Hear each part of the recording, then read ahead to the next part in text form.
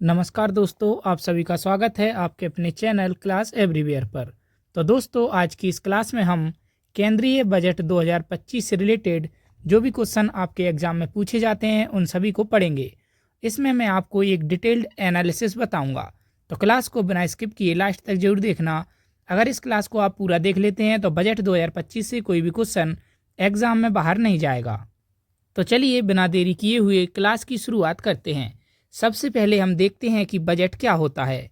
तो बजट एक निश्चित अवधि, आमतौर पर एक वर्ष के लिए वार्षिक वित्तीय विवरण होता है जो अनुमानित आय और व्यय की रूपरेखा प्रस्तुत करता है। इसका उपयोग वित्तीय संसाधनों के प्रबंधन और संसाधनों के जुटाव, राजकोषीय समेकन आदि जैसे विशिष्ट लक्ष्यों को प्राप्त करने के लिए एक उपकरण के रूप में किया जाता है। बजट सरकार के व्यय कर लगाने की योजना है और अन्य लेन देनों जो अर्थव्यवस्था और नागरिकों के जीवन को प्रभावित करते हैं उनका ब्लूप्रिंट होता है। और भारतीय संविधान के अनुच्छेद 112 के अनुसार किसी विशिष्ट वित्तीय वर्ष के केंद्रीय बजट को वार्षिक वित्तीय विवरण कहा जाता है। राष्ट्रीय बजट वित्त मंत्रालय के आर्थिक मामलों के विभाग के अंतर्गत बजट प्रभाग द्वारा तैयार किया जाता है और चर्चा एवं अनुमोदन के लिए संसद में प्रस्तुत किया जाता है। चलिए अब हम देखते हैं बजट के प्रकार। तो बजट के 3 प्रकार होते हैं। कौन कौन से? घाटे का बजट, डेफिसिट बजट, संतुलित बजट या बैलेंस्ड बजट, और अधिशेष बजट या सरप्लस बजट।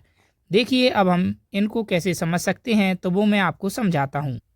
तो चलिए अब हम देखते हैं कि संतुलित बजट, बैलेंस्ड बजट क्या होता है। तो जब एक सरकारी बजट को एक संतुलित बजट कहा जाता है यदि किसी दिए गए वित्तीय वर्ष में अनुमानित सरकारी व्यय अपेक्षित सरकारी प्राप्तियों के बराबर हो, यानी कि जितना खर्च किया गया उतनी ही इनकम होती है, दोनों बराबर होते हैं, तब उसको हम संतुलित बजट कहते हैं। अधिशेष बजट या सरप्लस बजट क्या होता है?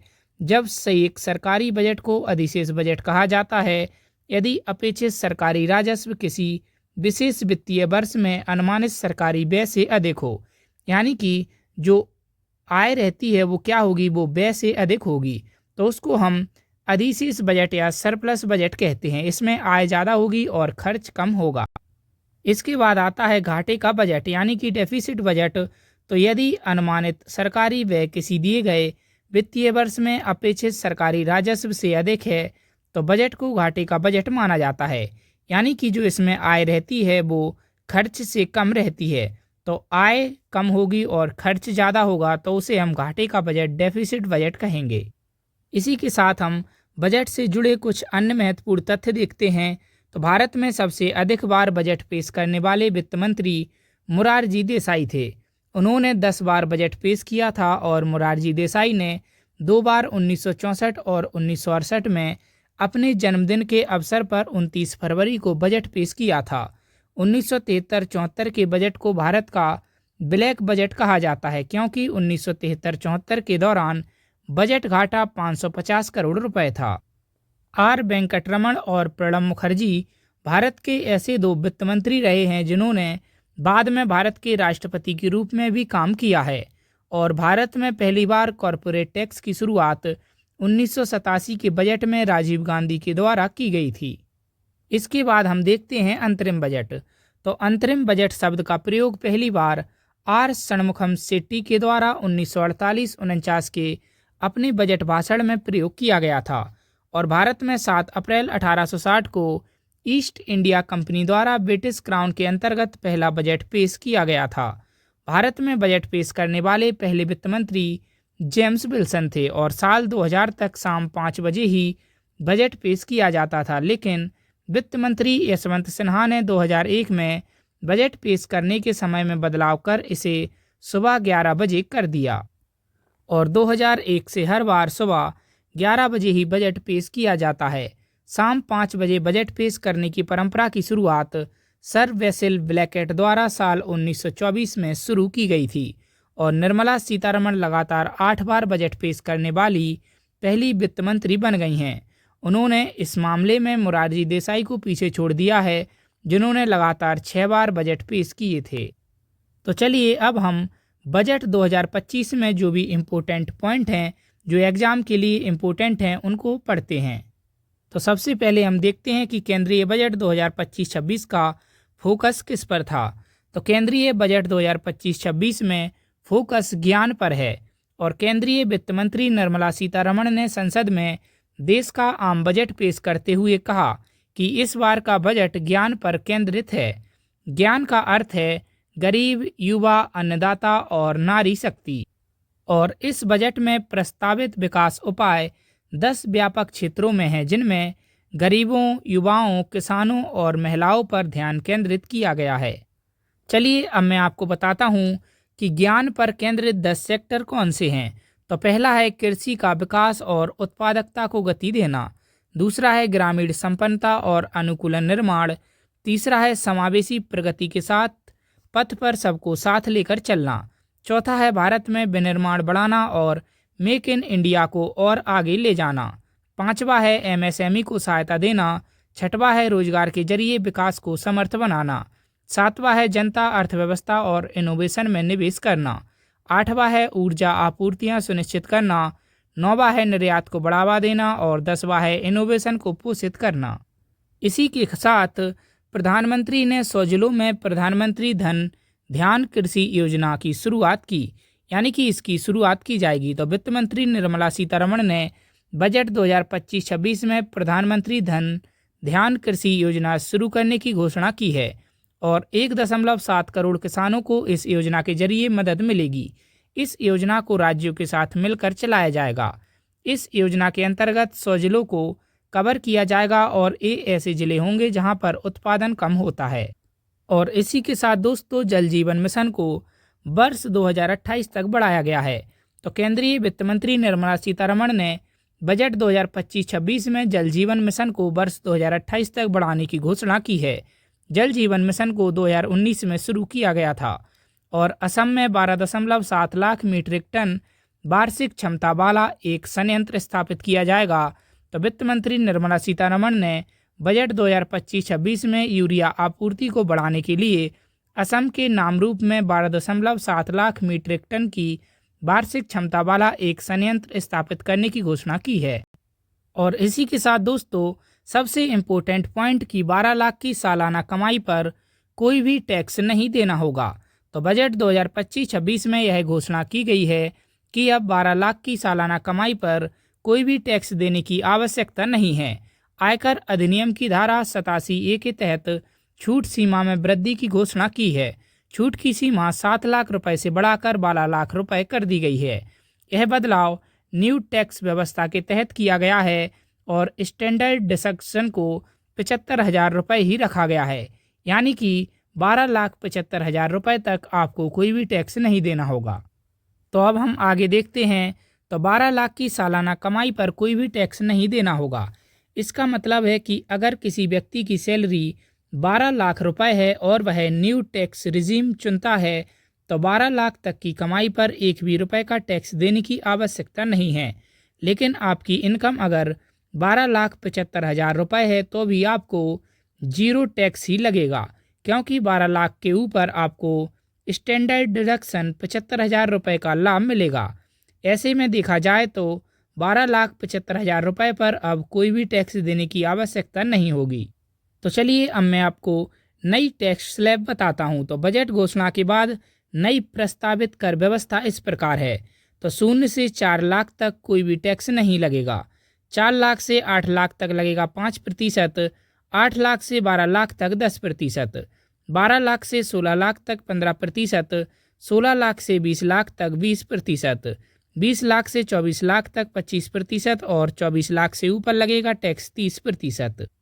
तो दोस्तों यहाँ पर आप कन्फ्यूज हो रहे होंगे कि अभी तो मैंने आपको बताया कि 12 लाख रुपए तक कोई भी टैक्स नहीं लगेगा। तो 12 लाख और उसके ऊपर 75,000 प्लस कर देंगे तो 12,75,000 तक कोई भी टैक्स नहीं लगेगा। तो टैक्स किस प्रकार लगेगा, मान लीजिए आपके पास कितने 15 लाख आपकी सालाना इनकम है तो क्या होगा, ये आ गया आपका कितना 12 से 16 लाख तक के उसमें आ गया, स्लैब में आ गया। तो 12 से 16 लाख तक के स्लैब में आ गया तो इस पर लगना चाहिए 15%। लेकिन 15 लाख में से जो 12,75,000 जो रुपए हैं वो आपके माइनस किए जाएंगे, यानी कि इस पर कोई भी टैक्स नहीं लगेगा। तो जब आप 12,75,000 माइनस करेंगे 15 लाख में से तो आपके पास बचेंगे 2,25,000 रुपये। तो अब क्या है, जो बचे हुए 2,25,000 रुपये हैं, इन पर 15% टैक्स लगेगा। तो पूरे के पूरे पैसों पर टैक्स नहीं लगेगा। अब आप समझ गए होंगे कि टैक्स स्लैब किस तरह से निर्धारित किया जाएगा। आगे देखते हैं। तो बीमा क्षेत्र के लिए एफडीआई सीमा 74% से बढ़ाकर 100% की गई। तो केंद्रीय बजट 2025-26 में बीमा क्षेत्र के लिए एफडीआई सीमा 74% से बढ़ाकर 100% करने की घोषणा की गई है। 100% एफडीआई की अनुमति से बीमा कंपनियों को अधिक निवेश मिलेगा, जिससे उनका विस्तार और विकास तेजी से होगा। इसके बाद देखें तो 36 जीवन रक्षक दवाओं की सीमा शुल्क से पूरी तरह छूट दी जाएगी। तो वित्त मंत्री निर्मला सीतारमण ने केंद्रीय बजट 2025-26 में घोषणा की कि 36 जीवन रक्षक दवाओं को सीमा शुल्क से पूरी तरह छूट दी जाएगी और अगले 3 वर्षों में सभी जिला अस्पतालों में डे केयर कैंसर सेंटर स्थापित किए जाएंगे और वित्त वर्ष 2025-26 में 200 सेंटर स्थापित किए जाएंगे। कोबाल्ट उत्पाद, LED, zinc, lithium ion battery, scrap और 12 महत्वपूर्ण खनिजों को भी बुनियादी सीमा शुल्क से छूट दी जाएगी। इसके बाद देखें तो फुटवियर और लेदर के क्षेत्रों के लिए फोकस प्रोडक्ट स्कीम शुरू की जाएगी। तो भारत के फुटवियर और लेदर सेक्टर में क्वालिटी, प्रोडक्टिविटी और प्रतिस्पर्धा को बढ़ावा देने के लिए एक फोकस प्रोडक्ट स्कीम लागू की जाएगी। इस स्कीम से 22 लाख लोगों को रोजगार मिलने की संभावना है। इसी के साथ अनुसूचित जाति और जनजाति वर्ग की 5 लाख महिलाओं के लिए एक नई स्कीम लाई गई। इस स्कीम के तहत पहली बार उद्यमी बन रही इस समाज की महिलाओं को अगले 5 साल के अंतराल में 2 करोड़ रुपए का टर्म लोन मुहैया कराया जाएगा। इसके बाद देखें तो किसान क्रेडिट कार्ड की लिमिट 3 लाख से बढ़ाकर 5 लाख करने की घोषणा की गई। तो किसान क्रेडिट कार्ड केसीसी के माध्यम से अब किसानों को किसान क्रेडिट कार्ड से 5 लाख रुपए तक का लोन मिल सकेगा। पहले यह लिमिट 3 लाख रुपए तक ही थी और किसान क्रेडिट कार्ड योजना में किसानों को केवल 4% सालाना ब्याज दर पर लोन मिलता है। इसके बाद अगर हम देखें तो बिहार में मखाना बोर्ड की स्थापना की जाएगी। तो केंद्रीय वित्त मंत्री निर्मला सीतारमण ने बजट 2025-26 में यह घोषणा की है कि बिहार में मखाना बोर्ड की स्थापना की जाएगी। यह बोर्ड मखाना किसानों को प्रशिक्षण और सहायता प्रदान करेगा। बिहार में फूड प्रोसेसिंग यानी खाद्य प्रसंस्करण को बढ़ावा देने के लिए national institute of food technology, entrepreneurship and management का गठन किया जाएगा। इसके बाद देखें तो भारतीय डाकघरों को बड़े सार्वजनिक लॉजिस्टिक संगठन में बदलने की घोषणा की गई। तो केंद्रीय वित्त मंत्री निर्मला सीतारमण ने बजट 2025-26 में यह घोषणा की है कि भारतीय डाक को 1.5 लाख ग्रामीण डाकघरों के साथ एक बड़े सार्वजनिक लॉजिस्टिक संगठन में बदल दिया जाएगा। इसी के साथ आईआईटी इंफ्रास्ट्रक्चर में विस्तार करने की घोषणा की गई। तो वित्त मंत्री निर्मला सीतारमण ने बजट 2025-26 में आईआईटी पटना का विस्तार करने की घोषणा की है। साथ ही यह भी बताया गया कि भारत के 5 प्रमुख आईआईटीज में अतिरिक्त इंफ्रास्ट्रक्चर बनाया जाएगा ताकि शिक्षा और शोध के क्षेत्र में और अधिक क्षमता और अवसर प्रदान किए जा सकें। 50,000 अटल टिंकरिंग लैब स्थापित की जाएंगी। तो केंद्रीय वित्त मंत्री निर्मला सीतारमण ने बजट 2025-26 में यह घोषणा की कि अगले 5 वर्षों में सरकारी स्कूलों में 50,000 अटल टिंकरिंग लैब स्थापित की जाएंगी और सभी सरकारी माध्यमिक विद्यालयों को ब्रॉडबैंड कनेक्टिविटी प्रदान की जाएगी। चलिए अब जो भी मुख्य घोषणाएं हुई हैं उनको एक साथ देखते हैं। तो बिजली क्षेत्र सुधार के लिए बिजली वितरण और ट्रांसमिशन को मजबूत करने के लिए बड़े सुधारों की घोषणा की गई। शहरी विकास के लिए शहरों के पुनर्विकास और जल स्वच्छता सुधार के लिए 1 लाख करोड़ रुपए का अर्बन चैलेंज फंड शुरू किया गया है। कैंसर देखभाल सुविधाओं के लिए बिहार समेत देश भर में जिला अस्पतालों में अगले 3 वर्षों में 200 डे केयर कैंसर सेंटर खोले जाएंगे। चिकित्सा शिक्षा विस्तार के लिए एमबीबीएस की 75,000 सीटें बढ़ाई जाएंगी और 5 आईआईटी में 6500 से अधिक सीटें बढ़ाई जाएंगी।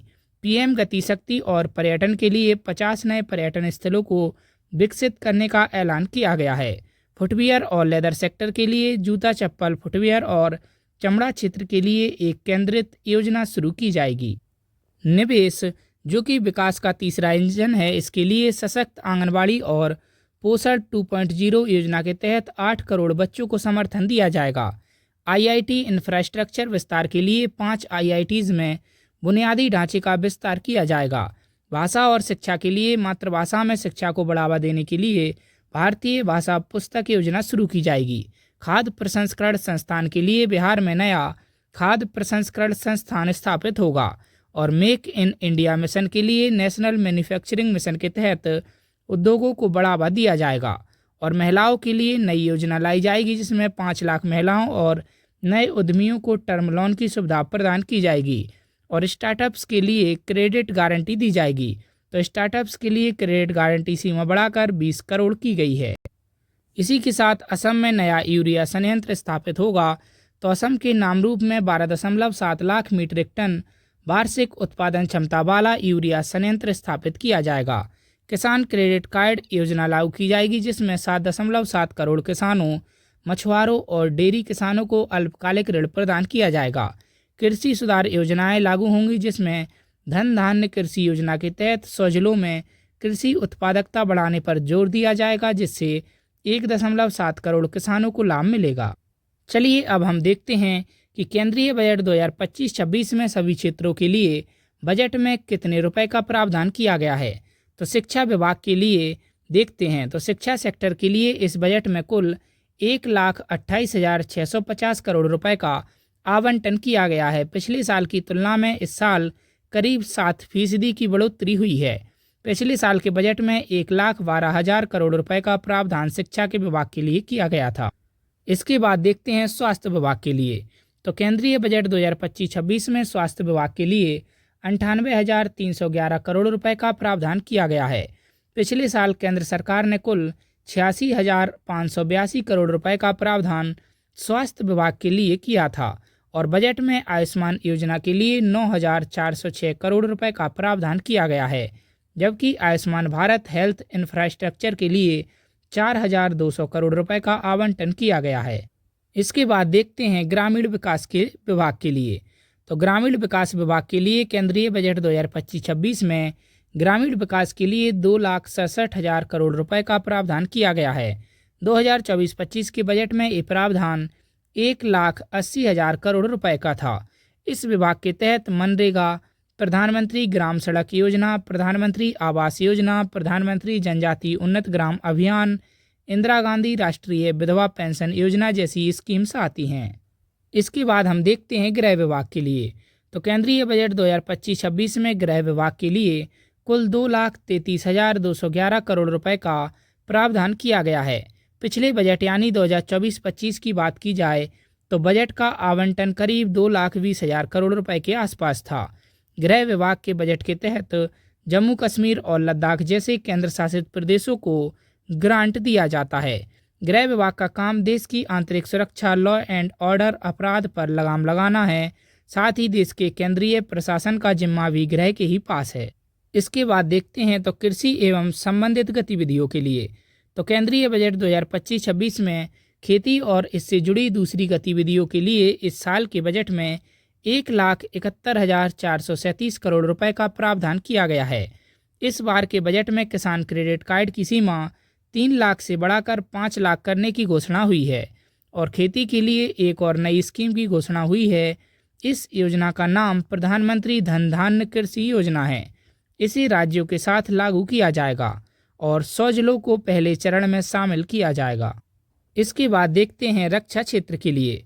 तो केंद्रीय बजट 2025-26 में रक्षा क्षेत्र के लिए 6,81,210 करोड़ रुपए के बजट का ऐलान किया गया है, जो पिछले साल की तुलना में 9.5% अधिक है। पिछले वित्त वर्ष में रक्षा बजट के 6,21,940 करोड़ रुपए था और इस बजट में कुल 1,92,387 करोड़ का पूंजीगत व्यय और 4,88,822 करोड़ रुपए का राजस्व व्यय निर्धारित किया गया है, जिसमें से 1,60,795 करोड़ पेंशन के लिए आरक्षित है। इसके बाद देखते हैं स्टार्टअप्स के लिए नए फंड ऑफ फंड्स की घोषणा। तो केंद्रीय बजट 2025-26 में स्टार्टअप्स को प्रोत्साहित करने के लिए सरकार ने लघु उद्योग विकास बैंक सिडबी के फंड ऑफ फंड्स का विस्तार किया है और इसमें 10,000 करोड़ रुपए का नया निवेश किया जाएगा। शिक्षा में एआई के लिए सेंटर ऑफ एक्सीलेंस की अगर बात करें तो केंद्र सरकार शिक्षा क्षेत्र में एआई को बढ़ावा देने के लिए 500 करोड़ रुपए की लागत से एक नया सेंटर ऑफ एक्सीलेंस स्थापित करेगी। इसके बाद देखते हैं राष्ट्रीय परमाणु ऊर्जा मिशन के लिए। तो ऊर्जा क्षेत्र में परमाणु ऊर्जा को बढ़ावा देने के लिए केंद्र सरकार ने राष्ट्रीय परमाणु ऊर्जा मिशन की घोषणा की है। इसमें 2047 तक कम से कम 100 गीगावाट परमाणु ऊर्जा का उत्पादन करने का लक्ष्य है। इसके लिए सरकार 20,000 करोड़ रुपए की लागत से एक शोध एवं विकास केंद्र स्थापित करेगी जो स्मॉल मॉड्यूलर रिएक्टर पर काम करेगा और परमाणु ऊर्जा अधिनियम और परमाणु क्षति हेतु दीवानी दायित्व अधिनियम में संशोधन किया जाएगा ताकि निजी कंपनियों की भागीदारी बढ़ाई जा सके। इसके बाद देखते हैं मत्स्य पालन को बढ़ावा देने की घोषणा की गई। तो वित्त मंत्री निर्मला सीतारमण ने आम बजट 2025-26 में अंडमान और निकोबार और लक्षद्वीप में टिकाऊ मत्स्य पालन को बढ़ावा देने की घोषणा की है। केंद्र सरकार भारत के समुद्री संसाधनों का संतुलित उपयोग सुनिश्चित करने और सी फूड निर्यात को बढ़ाने के लिए एक नीति बनाएगी। इसी के साथ दालों में आत्मनिर्भरता हासिल करने के लिए 6 साल का मिशन लागू किया गया। तो वित्त मंत्री निर्मला सीतारमण ने अपने केंद्रीय बजट 2025-26 भाषण में दालों में आत्मनिर्भरता हासिल करने के लिए 6 साल के मिशन की घोषणा की है, जिसमें तुअर जिसे कबूतर मटर कहते हैं, उड़द जिसे काला चना कहते हैं और मसूर पर विशेष ध्यान दिया जाएगा। इसके बाद देखते हैं गिग कामगारों के लिए पहचान पत्र। तो आज के दौर में food delivery, cab driver, freelancer, logistics और ऑनलाइन सेवाओं में लाखों लोग गिग कामगार के रूप में काम कर रहे हैं। तो केंद्र सरकार इन गिग कामगारों के लिए एक योजना लेकर आएगी और इन्हें ई श्रम पोर्टल पर पंजीकृत करके पहचान पत्र दिया जाएगा। इसके साथ ही पीएम जन आरोग्य योजना के तहत स्वास्थ्य सुविधाएं दी जाएंगी और लगभग 1 करोड़ गिग कामगारों को इसका लाभ मिलेगा। इसके बाद देखें तो 5 national centre of excellence for skilling की होगी स्थापना। तो मेक फॉर इंडिया और मेक फॉर द वर्ल्ड विनिर्माण के लिए 5 national centre of excellence for skilling की स्थापना की जाएगी। इसी के साथ स्वामी एच फंड 2 की घोषणा की गई। स्वामी एच की फुल फॉर्म होती है special window for affordable and mid income housing. और वित्त मंत्री निर्मला सीतारमण ने रुकी हुई आवास परियोजनाओं में 1 लाख इकाइयों को पूरा करने के लिए 15,000 करोड़ रुपए के नए स्वामी फंड की घोषणा की है। इसके बाद देखें तो निर्यात को बढ़ावा देने से जुड़ी प्रमुख योजनाएं। तो अंतर्राष्ट्रीय व्यापार के लिए एक डिजिटल सार्वजनिक अवसंरचना भारत ट्रेड नेट की स्थापना की जाएगी और केंद्र सरकार राज्यों के साथ 50 पर्यटन स्थलों का विकास करेगी। केंद्रीय वित्त एवं कारपोरेट मामलों की मंत्री निर्मला सीतारमण ने घोषणा की कि केंद्र सरकार राज्यों के साथ साझेदारी में शीर्ष 50 पर्यटन स्थलों का विकास करेगी। तो दोस्तों यहाँ पर जो भी इम्पोर्टेंट फैक्ट थे वो सारे के सारे मैंने बता दिए। चलिए अब हम बजट से रिलेटेड MCQ देखते हैं जो कि एग्जाम में पूछे जाते हैं। तो पहला प्रश्न है बजट शब्द का अर्थ क्या होता है। तो बजट शब्द का अर्थ क्या होता है, इसका करेक्ट आंसर हो जाएगा ऑप्शन ए चमड़े का थैला। नेक्स्ट क्वेश्चन भारत में पहला बजट कब पेश किया गया था। तो इसका करेक्ट आंसर हो जाएगा ऑप्शन बी 18 फरवरी 1860 को। नेक्स्ट क्वेश्चन भारत में पहला बजट 18 फरवरी 1860 को किसने पेश किया था। तो इसका करेक्ट आंसर हो जाएगा option C East India Company के जेम्स विल्सन ने। नेक्स्ट क्वेश्चन भारत में पहली बार कॉरपोरेट टैक्स की शुरुआत 1987 के बजट में किसके द्वारा की गई थी। तो इसका करेक्ट आंसर हो जाएगा ऑप्शन सी राजीव गांधी के द्वारा। नेक्स्ट क्वेश्चन भारत में बजट प्रणाली की शुरुआत किस वायसराय के कार्यकाल के दौरान की गई थी। तो इसका करेक्ट आंसर हो जाएगा ऑप्शन बी लॉर्ड कैनिंग के कार्यकाल के दौरान। नेक्स्ट क्वेश्चन संविधान में बजट शब्द की जगह क्या प्रयोग हुआ है। तो इसका करेक्ट आंसर हो जाएगा ऑप्शन सी उपयुक्त दोनों। तो संविधान में बजट शब्द की जगह एनुअल फाइनेंशियल स्टेटमेंट और वार्षिक वित्तीय विवरण शब्द का प्रयोग हुआ है। नेक्स्ट क्वेश्चन किस वर्ष के बजट को भारत का काला बजट कहा जाता है। तो इसका करेक्ट आंसर हो जाएगा ऑप्शन सी 1973-74 के बजट को। नेक्स्ट क्वेश्चन अंतरिम बजट का प्रयोग पहली बार आर षणमुखम शेट्टी द्वारा अपनी किस वर्ष के भाषण में किया गया था? तो इसका करेक्ट आंसर हो जाएगा ऑप्शन ए 1948-49 में।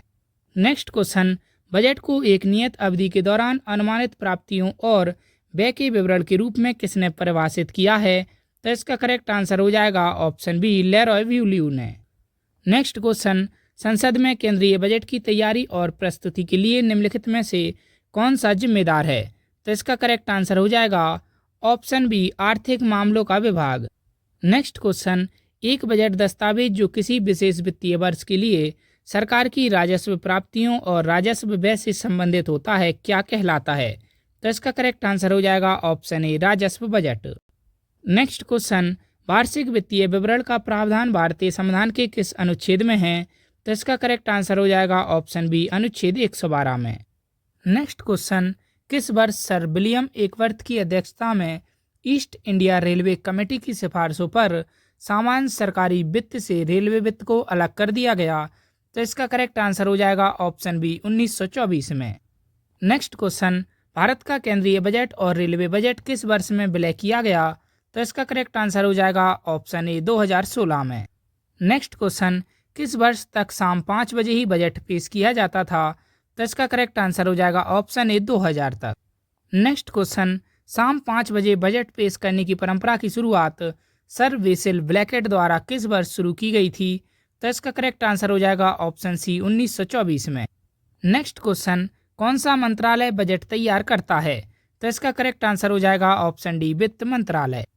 नेक्स्ट क्वेश्चन, स्वतंत्र भारत का पहला बजट किसने पेश किया था? तो इसका करेक्ट आंसर हो जाएगा ऑप्शन डी आर के षणमुखम शेट्टी ने। नेक्स्ट क्वेश्चन, संसद में कितनी बार पेपरलेस बजट को पेश किया गया है? तो इसका करेक्ट आंसर हो जाएगा ऑप्शन बी 5 बार।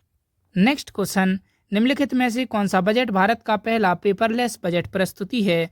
तो इसका करेक्ट आंसर हो जाएगा option A budget 2021-2022। Next question, Bharat की पहली पूर्णकालिक महिला वित्त मंत्री कौन है?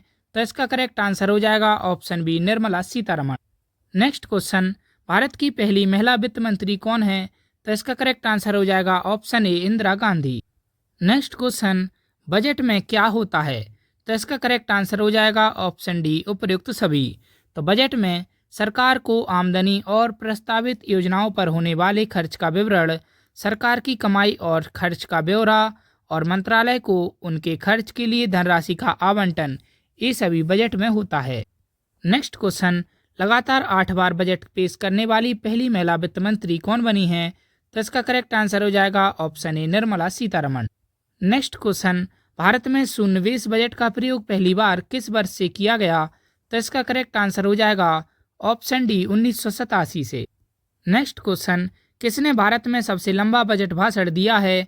तो इसका करेक्ट आंसर हो जाएगा ऑप्शन ए निर्मला सीतारमण ने। नेक्स्ट क्वेश्चन, भारत के कितने प्रधानमंत्री ने प्रधानमंत्री रहते हुए बजट पेश किया है? तो इसका करेक्ट आंसर हो जाएगा ऑप्शन सी 3। नेक्स्ट क्वेश्चन, गणतंत्र भारत का पहला बजट किसने पेश किया था? तो इसका करेक्ट आंसर हो जाएगा ऑप्शन ए जॉन मथाई ने। नेक्स्ट क्वेश्चन, गणतंत्र भारत का पहला बजट कब पेश किया गया था? तो इसका करेक्ट आंसर हो जाएगा ऑप्शन ए 28 फरवरी 1950 को।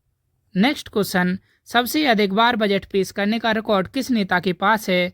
तो इसका करेक्ट आंसर हो जाएगा ऑप्शन ए मोरारजी देसाई के पास। नेक्स्ट क्वेश्चन, 2017 से पहले बजट की स्थिति को पेश किया जाता था? तो इसका करेक्ट आंसर हो जाएगा ऑप्शन ए फरवरी के अंत में। नेक्स्ट क्वेश्चन, 2017 के बाद बजट की स्थिति को पेश किया जाने लगा? तो इसका करेक्ट आंसर हो जाएगा ऑप्शन सी 1 फरवरी को। नेक्स्ट क्वेश्चन, अंतरिम बजट को क्या कहा जाता है? तो इसका करेक्ट आंसर हो जाएगा ऑप्शन सी उपर्युक्त दोनों। तो अंतरिम बजट को मिनी बजट और वोट ऑन अकाउंट कहा जाता है। नेक्स्ट क्वेश्चन, भारत में निम्न में से कौन सा बजट का प्रकार नहीं है? तो इसका करेक्ट आंसर हो जाएगा ऑप्शन डी आरक्षित। और बाकी तीनों बजट के प्रकार हैं संतुलित बजट, अधिशेष बजट और घाटे का बजट। ये मैंने आपको स्टार्टिंग में ही बताया था। नेक्स्ट क्वेश्चन, भारतीय बजट व्यवस्था का जनक किसे कहा जाता है? तो इसका करेक्ट आंसर हो जाएगा ऑप्शन बी जेम्स विल्सन को। नेक्स्ट क्वेश्चन, किस प्रधानमंत्री ने संसद में पहली बार बजट पेश किया था? तो इसका करेक्ट आंसर हो जाएगा ऑप्शन डी जवाहरलाल नेहरू ने।